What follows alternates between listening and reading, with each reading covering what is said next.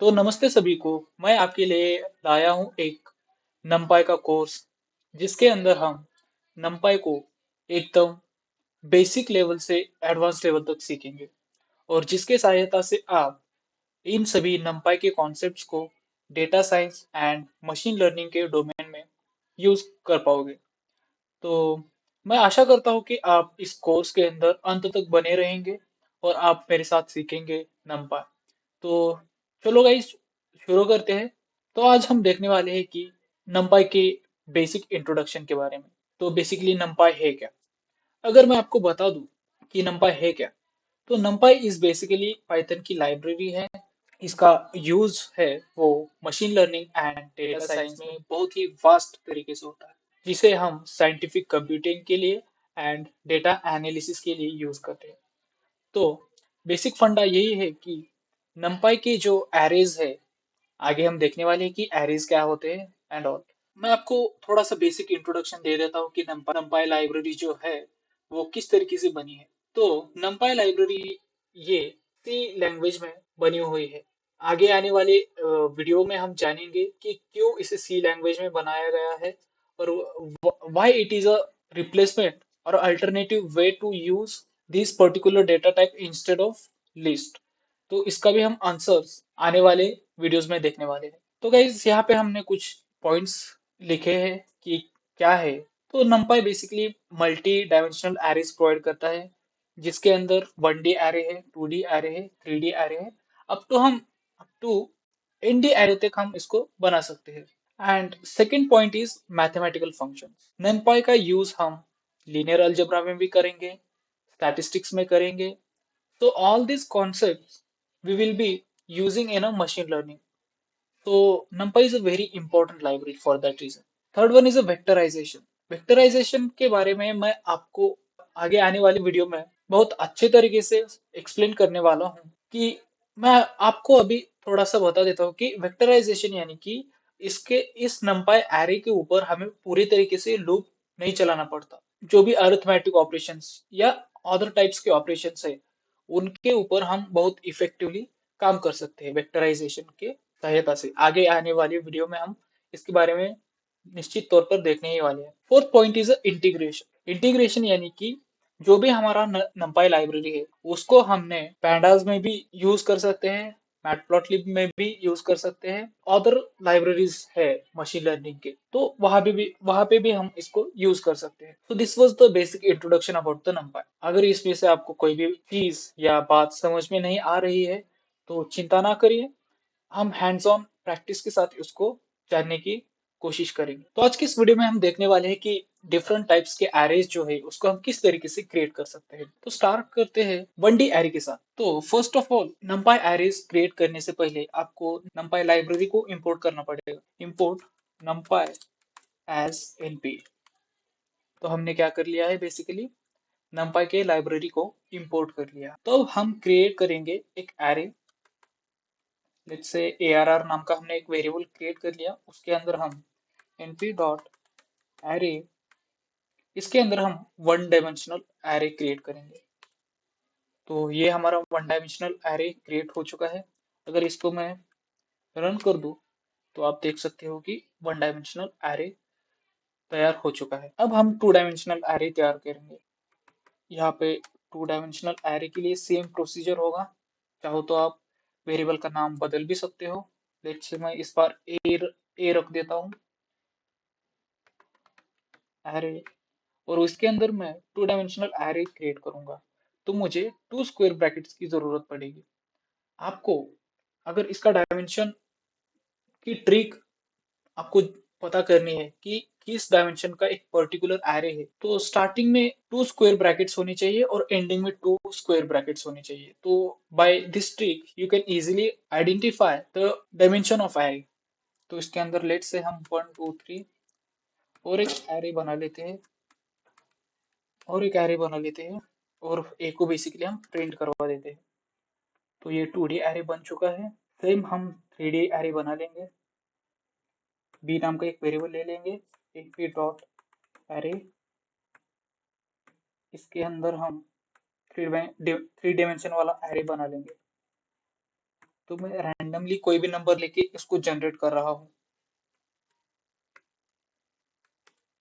तो ये भी 3 डायमेंशनल एरे बन चुका है। इसके लिए एक ट्रिक है, अगर स्टार्टिंग में और एंडिंग में 1 स्क्वायर ब्रैकेट है तो ये 1D एरे, अगर 2 स्क्वायर ब्रैकेट्स है तो 2D एरे, स्टार्टिंग और एंडिंग में 3 स्क्वायर ब्रैकेट्स है तो ये 3D एरे बन जाएगा। मैं आपको इसका डायमेंशन कैसे चेक करते हैं वो भी बता देता हूँ। हमारे पास एक फंक्शन है ndim करके, तो उसके अंदर अगर हम np डॉट ndim के अंदर arr को पास कर देंगे तो ये देगा 1 dimensional array. Similarly np dot ndim ndim के अंदर a डाल देंगे तो ये 2 डायमेंशनल एरे बन जाएगा। सिमिलरली इसके ऊपर भी np डॉट ndim के ऊपर चलाएंगे तो ये 3 डायमेंशनल एरे बन जाएगा। आई होप आपको समझ में आया होगा कि किस तरीके से हम 1D 2D and 3D array बना सकते हैं। और एक इम्पोर्टेंट बात, वाइल क्रिएटिंग एरे, जो हमारा डेटा टाइप है वो होमोजीनियस होना चाहिए। मतलब आप यहाँ पे स्ट्रिंग यूज नहीं कर सकते, लाइक फॉर एग्जांपल श्याम लिख लेता हूँ मैं, तो ये आप यूज कर सकते हैं लेकिन इसका जो डेटा टाइप है वो स्ट्रिंग बन जाएगा। आप देख सकते हो ये पूरी तरीके से स्ट्रिंग बन जाएगा। तो it's better to use homogeneous elements while creating the arrays.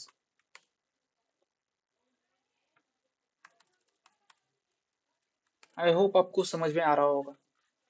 तो हमने 1D 2D and 3D arrays बना दिए हैं और इसका आप डायमेंशन चेक कर सकते हो by using ndim function. Now अब हम देखने वाले हैं कि जो एरे के अंदर एलिमेंट्स है उनके डेटा टाइप को हम किस तरीके से चेंज कर सकते हैं। लेट्स से मेरे पास है np dot array 1D array है 1 2 3 4, मुझे इसको कॉम्प्लेक्स डेटा टाइप में चेंज करना है। तो उसके लिए मैं मेरे पास एक फंक्शन है डी टाइप, डी टाइप के अंदर मैं डाल देता हूँ कॉम्प्लेक्स, तो ये क्या बन जाएगा, एक कॉम्प्लेक्स एरे के अंदर कन्वर्ट हो जाएगा। तो लाइक वाइज हम किसी भी डेटा को हम अदर डेटा टाइप में कन्वर्ट कर सकते हैं, लाइक फॉर एग्जांपल फ्लोट में करना है तो ये हो जाएगा फ्लोट के अंदर कन्वर्ट। मोस्टली हम 2 डायमेंशनल एरेज के ऊपर इन फ्यूचर में काम करने वाले हैं। तो मैं इसके ऊपर एक 2 डायमेंशनल एरे का एग्जांपल ले लेता हूँ जिसके अंदर हम डालेंगे 4 5 3, और एक ले लेते हैं 6 7 8, इसको हम स्क्वायर ब्रैकेट में डाल देते हैं और इसका डेटा टाइप हम डी टाइप इस बार बुलियन कर देते, बूल कर देते, तो ये ट्रू ट्रू बन जाएगा। तो बाय डिफॉल्ट जो हमारा नंपाई है, जो भी नॉन जीरो नंबर्स है उनको ट्रू कंसिडर करेगा। अगर इसके अंदर मान लो 8 की जगह पे 0 होता तो ये फॉल्स आ जाएगा। यहाँ पे आप देख सकते हो, तो भी हमारे पास नॉन जीरो नंबर्स है उसको ट्रू और जीरो को फॉल्स कंसिडर करेगा। आई होप आपको ये भी समझ में आ चुका है। अब हम ए रेंज इस फंक्शन की सहायता से एरे क्रिएट करेंगे। तो np डॉट ए रेंज, नाम से ही आपको समझ में आ रहा होगा कि एक पर्टिकुलर रेंज के अंदर हम एरे को क्रिएट कर सकते हैं। तो एक से मुझे 10 के बीच में की एलिमेंट्स का एरे चाहिए, तो मैं क्या करूंगा, 1 से 1 तक इसकी इंडेक्सिंग प्रोवाइड कर दूंगा क्योंकि लास्ट वाला इंक्लूड नहीं होता। तो लाइकवाइज आप ए रेंज नाम का फंक्शन यूज कर सकते हैं और रैंडम एरेज को बना सकते हैं। अगर मुझे लेट सपोज 2 का जंप चाहिए, 1 के बाद 3 देन 3 के बाद 5 देन 7 देन 9, तो मैं यहाँ पे 2 भी प्रोवाइड कर सकता हूँ, मतलब 1 से जंप लेगा। लाइकवाइज हम 3 भी कर सकते हैं और 3 से जंप लेगा। So it's up to you कि आपको किस तरीके से एरे चाहिए। तो आई होप आपको ए रेंज भी क्लियर हो चुका होगा। अब हम सीखेंगे रीशेप करना एरे को। लेट्स से हमने एक एरे बनाया है ए रेंज की सहायता से और उसके अंदर हम 9 एलिमेंट को स्टोर करेंगे। यहाँ पे स्पेलिंग मिस्टेक हो चुकी है गाइस। तो हमने 9 एलिमेंट को इसके अंदर स्टोर कर दिया है। अब मुझे इस 1 डायमेंशनल एरे को 3 by 3 में चेंज करना है बेसिकली। तो मैं कैसे कर सकता हूँ, इसको लेट से हमने ARR नाम के वेरिएबल में स्टोर कर दिया और इस ARR के ऊपर reshape नाम का एक फंक्शन है, उसको हम चला देंगे और इसका डायमेंशन 3 by 3 कर देंगे। तो आप देख सकते हो कि ये 3 डायमेंशनल एरे में चेंज हो चुका है। तो लाइकवाइज अगर आप 9 into 1 में भी करोगे, 9 rows and one column print हो जाएगा। सो बेसिकली ये भी रन हो जाएगा। लेकिन आप इनवैलिड डायमेंशन प्रोवाइड करोगे, फॉर एग्जांपल 3, 4, तो ये रन नहीं होगा क्योंकि हमारे पास 12 एलिमेंट्स नहीं है। हमारे पास सिर्फ 9 एलिमेंट्स है। तो आपको बहुत ही ध्यान से इसका डायमेंशन प्रोवाइड करना पड़ता है according to the present elements. हमारे पास 9 एलिमेंट्स थे, तो हमने 3 by 3 का लगा दिया इसके ऊपर। आई होप आपको रिशेप भी क्लियर हो चुका है। अब हम देखेंगे कि किस तरीके से हम वंस एरे क्रिएट कर सकते हैं। वंस एरे मतलब एरे के अंदर सभी एलिमेंट्स जो है वो 1 होना चाहिए। मैं आपको दिखाता हूँ कि वंस एरे को किस तरीके से प्रिंट करवा सकते हैं। np डॉट वंस एक फंक्शन है जिसकी सहायता से आप इसके अंदर अब सिर्फ आपको डायमेंशन देना पड़ेगा। Let's say 4, 5। तो 4 rows एंड 5 columns के अंदर ईच एलिमेंट जो होगा वो 1 होगा। आप देख सकते हो 4 rows एंड 5 columns। सिमिलरली आप जीरोस का भी एरे क्रिएट कर सकते हो। np डॉट जीरो और इसके अंदर आप लेट्स से 3, 2 का जीरोस का एरे प्रिंट करना चाहते हो। तो ये बन गया 3 rows एंड 2 columns का जीरो का एरे। आई होप आपको ये भी समझ में आया होगा। अब हम डिस्कस कर लेते हैं कि लिंक स्पेस क्या है। तो लिंक स्पेस भी एक numpy का फंक्शन है जिसके अंदर हम क्या करते हैं, दो नंबर लेते हैं, उनके दो नंबर के बीच में इक्वी डिस्टेंस इंटरवल पे हम एलिमेंट्स को प्रिंट करवा देते हैं। I will show you how. Let's say np dot lin space and मुझे 1 से लेकर 10 के बीच में 5 एलिमेंट चाहिए।